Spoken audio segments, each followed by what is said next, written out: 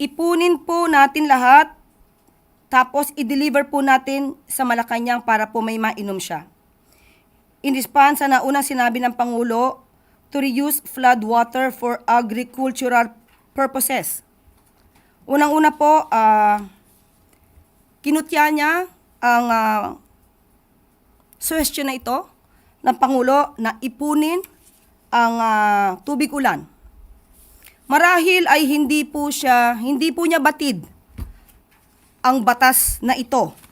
Hindi po ito bago. Kaya nakakapagtaka po tayo na Vice Presidente pero hindi po niya alam ang batas patungkol po dito sa rainwater collectors. Meron na po itong batas. Republic Act number 6716. Ito pa po ay noong March 17, 1989.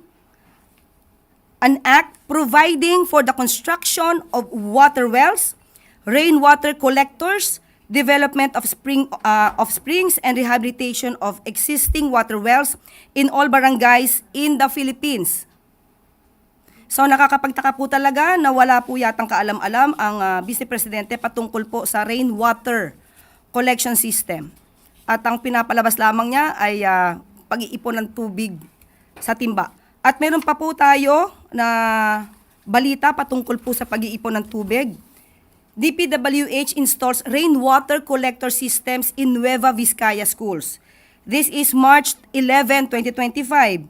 Dahil yan naman po ay nasa batas. Kinakailangan po talaga, meron po tayong sistema sa pagkokolekta ng tubig, ulan.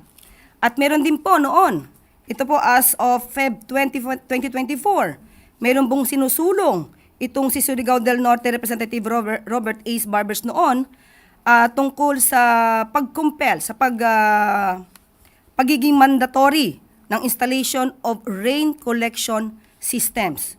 So, medyo nakakatawa po ang dating ni Vice Presidente dahil hindi po niya alam patungkol po dito.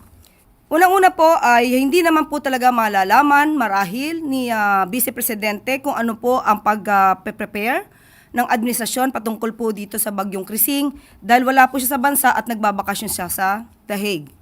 At dahil mga pagpupulong na ito na kasama po bago po umalis ang Pangulong Marcos papuntang US, hindi po rin niya ito malamang nakita at nabalitaan.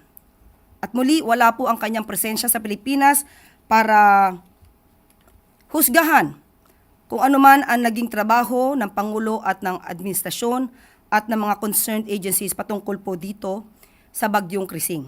Unang-una po, naiulat na po natin kahapon ang mga ginawa at naging accomplishments po ng ibang mga concerned agencies katulad po ng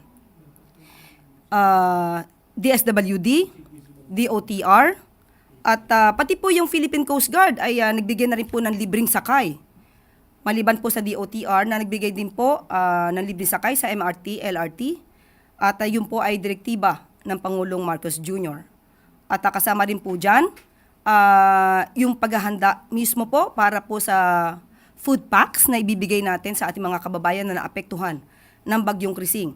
So, muli, hindi po maiiwasan ni Vice Presidente na mamintas dahil wala po siya sa Pilipinas at hindi po niya nakikita kung ano ang ginagawa ng gobyerno para sa taong bayan.